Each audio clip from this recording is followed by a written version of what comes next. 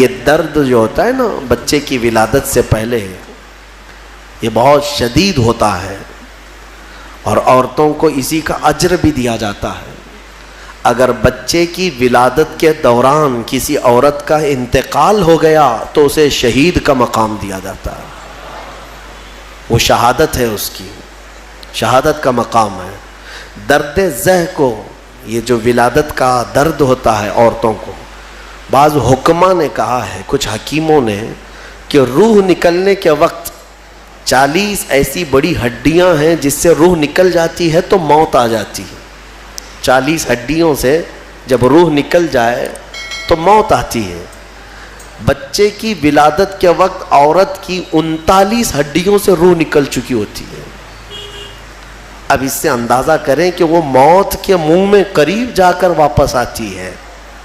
ایک بچے کو جنم دینا دنیا میں، یہ اللہ تبارک و تعالیٰ ہی ان عورتوں کو صبر دیتا ہے، اور وہ درد اور وہ تکلیف کو برداشت کرنے کی اللہ تبارک و تعالیٰ ہی انہیں طاقت عطا کرتا ہے، ورنہ اس درد کو سہنا ہر ایک کا کام نہیں ہے۔ بہرحال حضرت بی بی مریم نے اس درد کی شدت میں جو پکارا وہ قرآن میں آیا ہے، قرآن میں آیا۔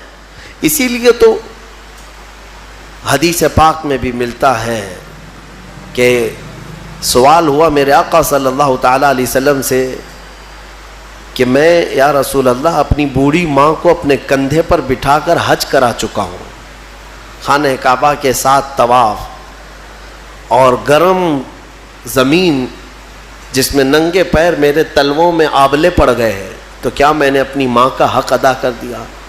حضور پاک صلی اللہ تعالیٰ علیہ وسلم کا جواب سنیں۔ ان سے فرمایا کہ تم نے اپنے کندھے پر اپنی بوڑھی ماں کو بٹھا کر حج کرایا، طواف کعبہ کروایا، تم اس کے حق کی بات کرتے ہو۔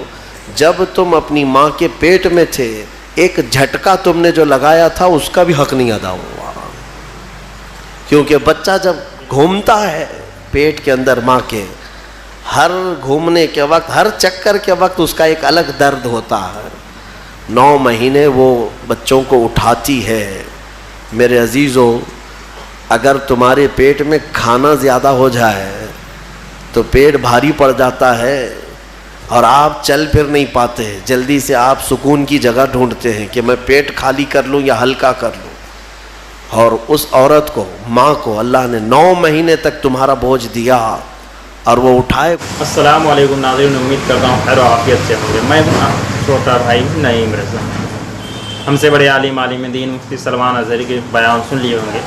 پریگنینسی کے دوران، یعنی بچے کی ولادت سے پہلے جو عورتوں کو درد ہوتی ہے اس کو سن کرنا آنکھوں سے آنسو آ جائیں گے۔ لوگ کہتے ہیں کہ میں ماں کا حق ادا کر دیا ہوں، تو اس کو ایسا کبھی نہیں ہو سکتا۔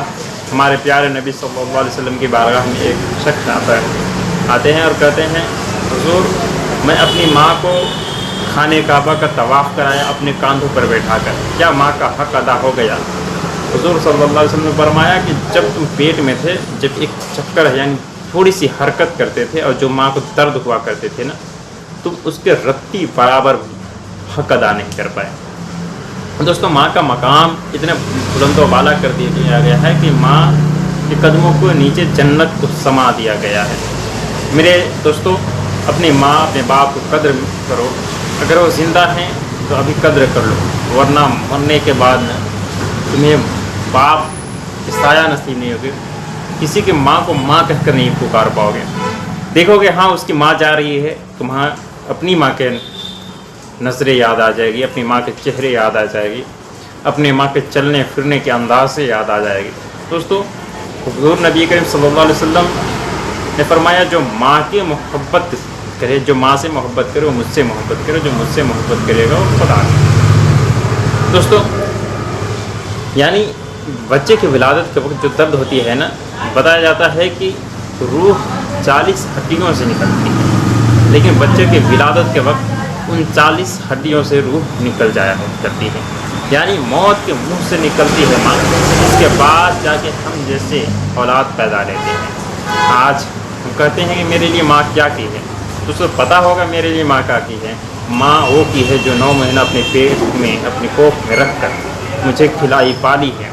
دوستو، آج اگر مجھے تھوڑی سی کھانا زیادہ ہو جاتا ہے، پیٹ بھاری کسی کارن ہو جاتا ہے، مجھے انپت سا محسوس ہونے لگتا ہے۔ لیکن اب ذرا سوچو، اپنے مائنڈ میں سوچو کہ ایک ماں کیسے 9 مہینہ اپنے پیٹ میں لے کر اور کیسے سوتی ہو۔ دوستو یہ بہت بڑی بات ہے، خیر سوچنے والی مقام ہے۔ ہم سے بڑے عالم دین سید مفتی امین مفتی سلمان عزیز صاحب کا بیان سنیں۔